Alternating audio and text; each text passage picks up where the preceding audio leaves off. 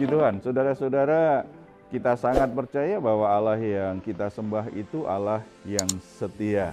Cuma masalahnya kadang-kadang ketika kita mengalami pergumulan, situasi yang sulit atau harapan kita tidak segera terwujud.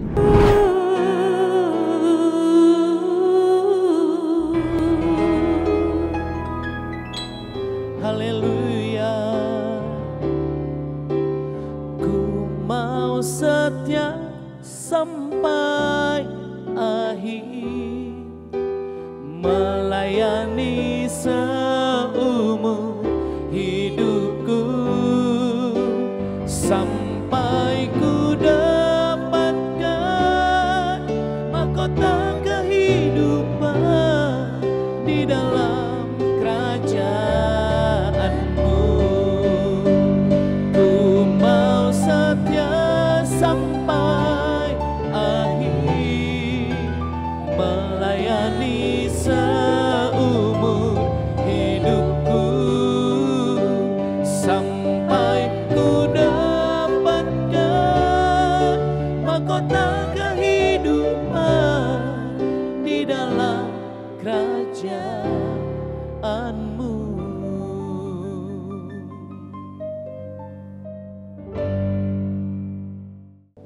Salam, God lover yang dikasihi oleh Tuhan Yesus. Senang boleh kembali bersama saudara dalam program Rise and God. Saudara-saudara yang dikasihi oleh Tuhan Yesus, setelah sepanjang hari ini kita beraktivitas, ada banyak hal yang kita alami. Mungkin ada hal-hal yang menjadi beban dalam pikiran kita, mengganggu hati kita untuk bisa beristirahat. Hal terbaik yang bisa kita lakukan adalah datang kepada Tuhan, menikmati hadirat Tuhan, dan menyerahkan semua beban itu kepadanya. Karena Tuhan Yesus sudah berjanji kepada kita semua, marilah kepadaku semua yang letih lesu dan berbeban berat, aku akan memberi kelegaan kepadamu. Sungguh sebuah janji yang membuat kita senantiasa punya pengharapan. Mari kita datang kepada Dia dalam doa. Bapa di surga, kami ucap syukur anugerah-Mu memberi kami kesempatan yang begitu besar memposisikan hidup kami sebagai orang-orang yang dilayakkan untuk menghampiri tata kasih karunia-Mu. Kami tidak perlu takut dimurkai atau ditolak karena jaminan kami adalah korban Kristus yang sempurna. Bapa, kami membawa semua pergumulan hidup kami saat ini, hal-hal yang membebani pikiran dan hati kami. Bapa, kami sangat percaya di dalam Engkau kami akan mengalami kelegaan, mengalami pertolongan. Ada hal-hal yang ajaib yang akan Tuhan kerjakan sehingga kami tidak perlu terbebani dengan masalah-masalah itu berlarut-larut. Ada waktunya di mana Tuhan akan menyelesaikan semua masalah-masalah kami. Bapa, ini kami persembahkan kurban syukur kami dalam nama Tuhan Yesus Kristus. Amin. Puji Tuhan, saudara-saudara, kita sangat percaya bahwa Allah yang kita sembah itu Allah yang setia. Cuma masalahnya kadang-kadang ketika kita mengalami pergumulan, situasi yang sulit atau harapan kita tidak segera terwujud, kita jadi mulai goyah iman kita, kepercayaan kita bahwa Allah setia kadang-kadang agak goncang di masa-masa proses atau masa-masa penantian. Kita akan sharing saat ini bahwa Tuhan itu sebenarnya sangat setia dengan janjinya, tetapi Dia bekerja sesuai dengan caranya, menurut caranya, bukan cara kita. Sebelum kita lebih jauh sharingkan firman Tuhan ini, kita akan mendengar dulu kesaksian dari Mane tentang pengalaman hidupnya, bagaimana menantikan janji Tuhan dan berharap Tuhan untuk mengabulkan doanya. Gimana? Ya. Ya Pak, saya mau bersaksi tentang bagaimana Tuhan menjawab dengan caranya dan tepat waktunya. Pada saat itu saya menikah di 2014 Pak, dan sampai di 2018 pun di awal kita belum ada tanda-tanda punya keturunan. Dan sampai mama saya bilang, kapan sih gitu. Mertua saya juga sebenarnya jujur Pak, kesal juga ya ditanya-tanya. Karena kita kan bukan pabrik ya, kapan saja request kita bisa produksi gitu. Tapi saya selalu percaya sama Tuhan, pasti Dia tidak akan mempermalukan saya gitu. Karena saya lihat dari garis besar keluarga besar saya, dari istri, belum ada yang tidak memiliki keturunan. Dan saya percaya Tuhan pasti jawab tepat pada waktunya. Tapi ada saatnya waktu itu Pak, saya mulai goyah. Kapan ya Tuhan? Gitu. Karena mengingat umur saya sudah 35 waktu itu, kapan ya Tuhan gitu. Saya pernah berdoa sama istri itu ngomong begini Pak, Tuhan satu aja, menandakan kalau kuasa Tuhan masih ada bagi saya, bagi keluarga saya gitu. Satu aja Tuhan punya keturunan, tapi yang berkualitas gitu. Nah udah, dan waktu itu saya memang program diet karena memang badan saya itu melar banget waktu itu ya, sampai 97 kilo gitu. Dan saya olahraga, sempat diet juga, makanan karbo. Nah singkat cerita, di Oktober 2018 saya itu ada undangan waktu itu ke Wonogiri, Solo, nyanyi dari teman gitu. Tapi teman istri saya nelpon, Om tante nih muntah-muntah masuk angin kali gitu. Pokoknya sampai saya pulang 3 hari di Wonogiri itu tiap hari telepon. Terus Senin paginya saya nyampe, sore saya nyampe, kenapa sih kamu ngeyel kerja, kan masuk angin gitu. Nah tapi malamnya dia bilang, tapi aku tadi urut kayaknya ada bengkak, ada sesuatu di perut saya gitu. Nah saya pikir, wah tumor nih, aku pikir gitu kan. Tapi kata yang ngurut itu katanya jabang bayi. Tapi aku bilang, masa sih Tuhan? Terus aku bilang sama istri saya, masa sih? Kan bulan lalu baru kita doa. Tapi masa sih Tuhan jawab tepat? Kok kamu gak percaya? Bukan gak percaya, terlalu cepat menurut aku bilang gitu. Nah hari Selasanya, saya ingat banget hari Selasa sebelum saya ke kantor, saya ke klinik USG. Ternyata puji Tuhan Pak, usia kandungan istri saya waktu itu 7 minggu 4 hari. Dan ternyata sebelum kita doa Tuhan sudah merancang gitu. Dan itu mengalir Pak, karena abang saya punya anak 3 perempuan semua. Ketika si Haposan, nama anak saya Haposan, artinya pengharapan. Kalau Haposan itu artinya pengharapan. Ketika lahir mengikut, abang saya anaknya perempuan 3, yang keempat laki-laki. Adik saya 2 perempuan anaknya, yang ketiga laki-laki. Puji Tuhan Pak, dan saya percaya Tuhan jawab tepat pada waktunya dengan caranya yang ajaib. Itu sih Pak kesaksian. Ya, setelah menunggu berapa lama itu ya? Hampir 5 tahun. 5 tahun ya. Itulah cara Tuhan, itu luar biasa ya. Dan bagi kita pasti itu misteri lah ya. Tetapi keyakinan kita adalah bahwa Tuhan tidak pernah melupakan apa yang Dia janjikan kepada kita, dan Tuhan tidak pernah kewalahan apapun yang sedang kita alami. Tuhan tidak pernah dibatasi oleh waktu. Waktu itu dalam kedaulatan Tuhan. Jadi Tuhan bisa bekerja kapanpun. Kita akan lihat satu kisah di Alkitab dari Kejadian pasal 21 tentang kelahiran Ishak. Kita baca saja ayat yang pertama dan kedua. Kejadian pasal 21 ayat pertama dan 2. Tuhan memperhatikan Sarah seperti yang difirmankannya, dan Tuhan melakukannya kepada Sarah seperti yang dijanjikannya. Maka mengandunglah Sarah, lalu ia melahirkan seorang anak laki-laki bagi Abraham dalam masa tuanya, pada waktu yang telah ditetapkan sesuai dengan firman Allah kepadanya. Menarik sekali, 2 ayat ini kan mengajarkan kita. Yang pertama, Tuhan memperhatikan Sarah seperti yang difirmankannya. Perhatian Tuhan kepada Sarah itu seperti yang pernah difirmankannya. Tuhan pernah berfirman baik melalui Abraham maupun atau tentang Sarah, bahwa Sarah ini akan bisa punya anak, dan nanti keturunannya banyak sekali, menjadi bangsa yang besar mereka. Keturunannya sangat banyak sekali. Tuhan memberi perhatian kepada Sarah, kepada Abraham sesuai dengan apa yang difirmankannya.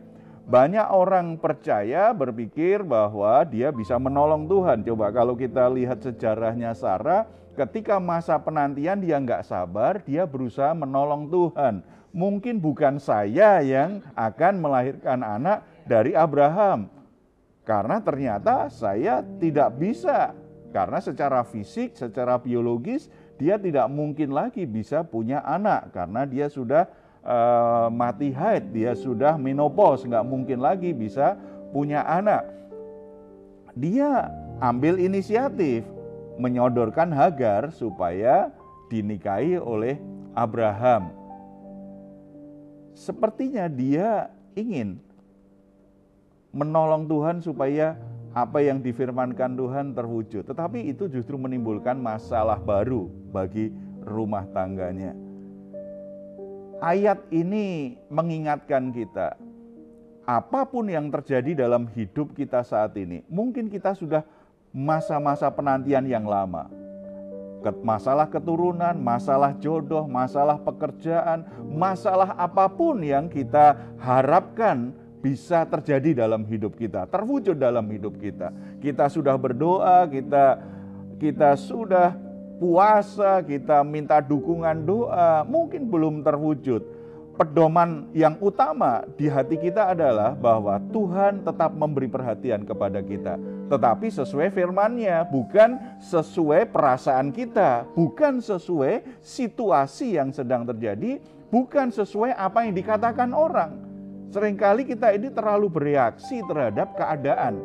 Kelihatannya nggak mungkin lagi nih. Kelihatannya nggak lagi lah. Kelihatannya itu firman Tuhan bukan untuk saya itu kelihatannya. Atau menurut kata orang. Bagaimana kata orang? Nggak enak lah. Orang reaksi apa? Kita juga bereaksi. Kita lupa bahwa perhatian Tuhan terhadap kita tidak pernah berubah. Perhatian Tuhan terhadap kita tidak pernah berubah. Tetapi sesuai firman-Nya, Tuhan tidak pernah memberi perhatian kita menyangkali kebenaran firman-Nya.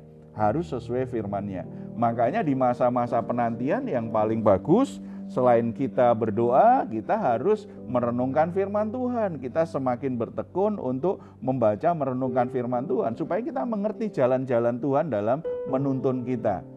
Di situ juga dikatakan sesuai firman Tuhan, ya Tuhan, perhatian Tuhan sesuai firman-Nya, dan Tuhan melakukan kepada Sarah seperti yang dijanjikannya. Tuhan tidak hanya memberi perhatian kepada Sarah, kemudian melakukan sesuatu. Melakukan sesuatu pun sesuai dengan yang dijanjikannya. Yang dijanjikan kepada Abraham dan Sarah. Bukan yang dijanjikan kepada orang lain. Dengan kata lain, Tuhan itu sudah memberi jatah kepada setiap orang sesuai dengan rancangannya. Setiap orang itu akan Tuhan percaya dengan apa? Setiap orang itu dipercaya Tuhan dengan sesuatu. Satu sama lain berbeda. Janji Tuhan kepada satu orang dengan yang lain kan berbeda. Janji tentang bangsa yang besar, keturunan yang begitu banyak, hanya diberikan kepada Abraham. Kepada orang lain Tuhan berjanji yang lain. Walaupun sama-sama tentang keturunan. Berarti Tuhan itu melihat pribadi kita itu sebagai pribadi yang unik. Berbeda dengan yang lain. Tuhan berfirman, Tuhan berjanji kepada kita, itu unik. Banyak masalah terjadi dengan iman kita, dengan perasaan kita, dengan suasana hati kita. Karena ini kita cenderung untuk mengukur hidup kita berdasarkan apa yang dialami orang lain. Kita mengukur berkat Tuhan atas diri kita berdasarkan berkat yang diterima orang lain. Dengan kata lain, kita suka banding-bandingkan diri kita suka cemburu dengan apa yang dimiliki orang lain, yang diberikan orang lain kepada kita. Akibatnya, iman kita malah selalu goncang, tidak yakin. Di masa-masa penantian dalam proses Tuhan, kita mudah goncang tadi. Mau cari jalan pintas, lakukan sesuatu yang justru tidak sesuai dengan kehendak Tuhan. Saudara-saudara, kalau kita coba menolong Tuhan, lakukan sesuatu yang justru ingin memangkas prosesnya Tuhan, kita sedang menaruh masalah dalam hidup kita sendiri. Kita sedang membuka hidup kita masuk berbagai permasalahan yang terjadi. Tuhan tidak pernah kehabisan waktu. Tuhan tidak pernah kehabisan cara. Tuhan tidak pernah kewalahan untuk menolong kita. Dan ini yang terjadi dengan Sarah. Kalau kita baca ayat yang kedua kan, maka mengandunglah Sarah, lalu ia melahirkan seorang anak laki-laki bagi Abraham dalam masa tuanya. Coba perhatikan, pada waktu yang telah ditetapkannya sesuai dengan firman Allah kepadanya. Kembali, ini ditekankan. Sarah mengandung di masa tuanya, di masa di mana tidak mungkin lagi seorang perempuan bisa mengandung. Di saat dimana mungkin orang sudah berhenti berharap, bahkan mungkin sudah lupa dengan doanya. Ini kita ingat misalnya kisahnya Zakaria dan Elisabet kan, Tuhan mengabulkan doanya di masa tuanya pada saat mereka sudah nggak berharap lagi. Tetapi Tuhan ternyata tetap memberikan mujizat kepada Elisabet bisa hamil di masa tuanya pada saat tidak mungkin lagi. Ini yang terjadi dengan Sarah. Sesuai dengan waktu Tuhan. Tuhan punya jadwal dalam hidup kita itu.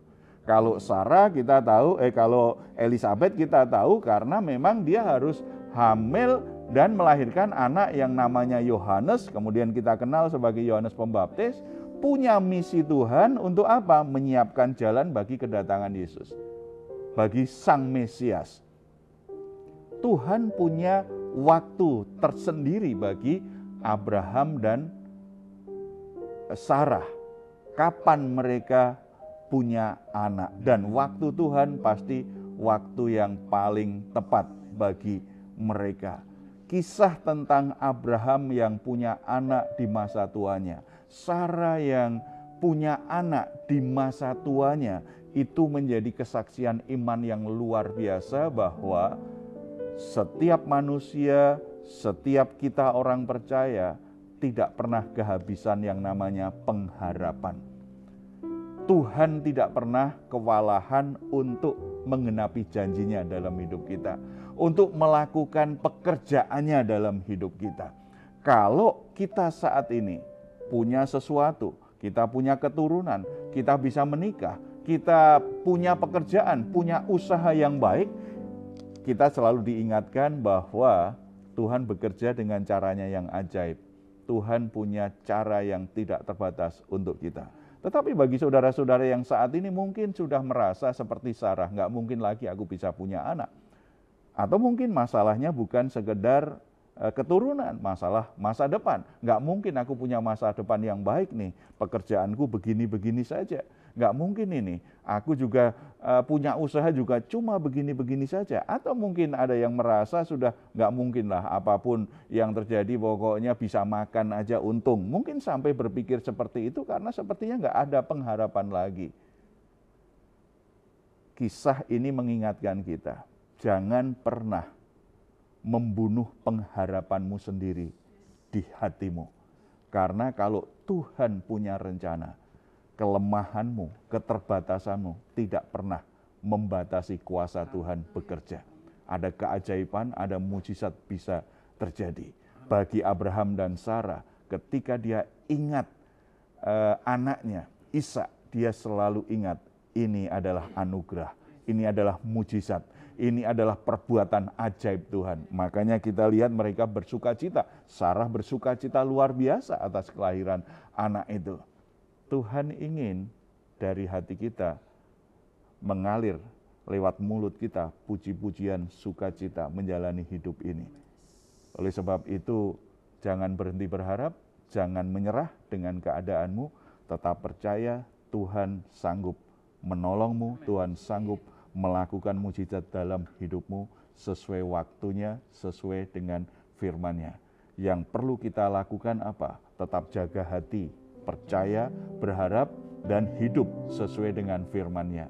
Kalau saudara tetap berjalan dalam kebenaran firman-Nya, maka saudara sedang berjalan untuk mengalami penggenapan janji Tuhan yang luar biasa. Bapak Ibu Saudara yang dikasihi Tuhan, apa yang jadi pergumulan saudara saat ini? Apa yang membuat saudara hampir menyerah? Apa yang membuat saudara hampir putus asa? Apa yang membuat saudara takut untuk melihat masa depan? Apapun keadaanmu, kisah ini mengingatkan kita kembali bahwa tidak ada situasi, kondisi, keadaan, dan waktu yang bisa membatasi kuasa Tuhan bekerja. Dia sanggup untuk menolongmu dan melakukan sesuatu yang ajaib. Mari kita bersatu dalam doa. Bapa di surga, kami ucap syukur karena firman Tuhan hari ini mengingatkan kami. Tuhan tidak pernah terlambat untuk menolong kami. Tuhan tidak pernah terlalu cepat juga melakukan sesuatu dalam hidup kami. Tuhan bekerja tepat sesuai waktu Tuhan, dan itu waktu yang terbaik bagi kami. Tuhan juga tidak pernah kewalahan untuk menolong kami, untuk melakukan sesuatu yang besar dalam hidup kami. Oleh sebab itu Bapa, mari Engkau menilai setiap hati dari anak-anak-Mu yang mengikuti program Raise and Guide ini. Mungkin mereka sedang galau di hatinya, mereka sedang putus asa, mereka mulai menyerah dengan situasi yang terjadi. Mereka berpikir, tidak mungkin lagi aku sanggup untuk melewatinya. Tidak mungkin lagi aku sanggup untuk menyelesaikan masalah-masalah ini. Tidak mungkin lagi aku sanggup untuk meraih cita-citaku. Ada yang ketakutan tentang masa depannya. Ada yang merasa dirinya terlalu lemah. Tetapi kami percaya ketika Tuhan bekerja sesuai dengan janji-Mu, ketika Tuhan memberi perhatian kepada setiap saudara-saudara kami ini sesuai dengan firman-Mu, Tuhan bertindak dengan cara-Mu yang terbatas. Sesuatu yang ajaib akan terjadi. Sesuatu yang menyatakan kuasa Tuhan terjadi. Tuhan berkati setiap masalah-masalah yang ada. Beri kekuatan, beri kesanggupan, berikan hikmat, berikan segala hal yang mereka butuhkan supaya mereka sanggup melewati situasi sulit ini dan akhirnya berhasil untuk melewatinya dengan kemenangan yang dari Engkau Tuhan. Kerjakan perbuatan-Mu yang penuh keajaiban itu menjamah kehidupan setiap saudara-saudara kami ini Tuhan. Nama-Mu dipuji, dimuliakan. Sukacita yang mempermuliakan Engkau akan keluar dari setiap mulut yang menyadari betapa luar biasanya perbuatan tangan Tuhan dalam hidup kami semua. Terima kasih, nama-Mu dipuji dalam nama Tuhan Yesus Kristus. Amin. Puji Tuhan, saudara-saudara jangan pernah menyerah dengan keadaan apapun, tetap percaya kuasa Tuhan tidak pernah dibatasi kelemahan maupun waktu yang kita anggap terlambat. Kalau saudara saat ini membutuhkan dukungan doa, silakan untuk menghubungi nomor telepon yang tertera di layar saudara. Tim doa kami akan mendukung saudara dalam pergumulan-pergumulan saudara. Apapun keadaanmu, tetap percaya, tetap berharap Tuhan masih memberi perhatian, Tuhan masih mau, dan Tuhan sanggup untuk menolongmu. Kalau ingin memberikan komentar, silahkan menuliskannya di ruang komentar yang ada di channel Diaspora TV. Kami tunggu. Mazmur 4 ayat 8 sampai 9. Engkau telah memberikan sukacita kepadaku lebih banyak daripada mereka ketika mereka kelimpahan gandum dan anggur. Dengan tentram aku mau membaringkan diri lalu segera tidur. Sebab hanya Engkaulah ya Tuhan yang membiarkan aku diam dengan aman. Puji Tuhan. Selamat malam, selamat beristirahat. Tuhan Yesus memberkati kita semuanya. Salam.